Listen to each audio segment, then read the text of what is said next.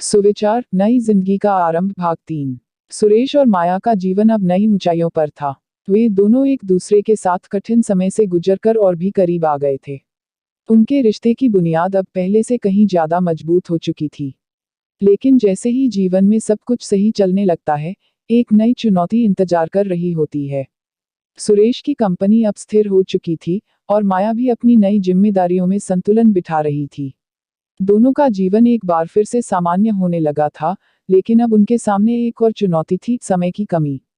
नए संघर्ष। सुरेश का बिजनेस फिर से तेजी से बढ़ने लगा था और इसी वजह से उसे अब अधिक समय ऑफिस में बिताना पड़ता था। माया भी अपने खुद के काम और घरेलू जिम्मेदारियों में व्यस्त रहने लगी थी। धीरे धीरे दोनों के बीच फिर से एक दूरी बनने लगी।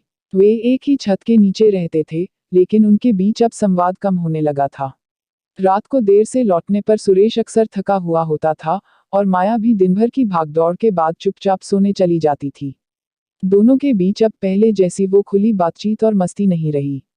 माया का फैसला। एक दिन माया ने महसूस किया कि अगर उन्होंने अब इस स्थिति को नहीं संभाला, तो उनके रिश्ते में फिर से वही पुरानी समस्याएं आ सकती हैं। उसने सुरेश से बात करने का फैसला किया। सुरेश, क्या तुमने ध्यान दिया है कि हम दोनों अब पहले की तरह एक दूसरे से बात नहीं करते? माया ने गंभीर स्वर में कहा। सुरेश ने कुछ पल सोचा, फिर उत्तर दिया, मुझे पता है, माया। काम की वजह से मैं बहुत थक जाता हूँ और कभी कभी लगता है कि हम फिर से अलग हो रहे हैं। लेकिन मैं इसे ठीक करने की कोशिश कर रहा हूँ। माया ने उसकी आंखों में देखते हुए कहा, हमें फिर से अपनी प्राथमिकताएं तय करनी होंगी। काम जरूरी है, लेकिन हमारा रिश्ता उससे भी ज्यादा जरूरी है। अगर हम एक दूसरे के साथ समय नहीं बिताएंगे तो यह दूरी बढ़ती जाएगी।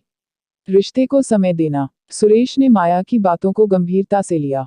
उसने फैसला किया कि वह अपने काम के साथ साथ अपने निजी जीवन में भी संतुलन बनाएगा। माया भी इस बार सुरेश के साथ खड़ी थी और उन्होंने मिलकर अपने रिश्ते को फिर से समय देने का संकल्प लिया। उन्होंने हर हफ्ते एक दिन को सिर्फ अपने लिए निर्धारित कर लिया, जहां वे कोई काम नहीं करेंगे, बस एक दूसरे के साथ वक्त बिताएंगे।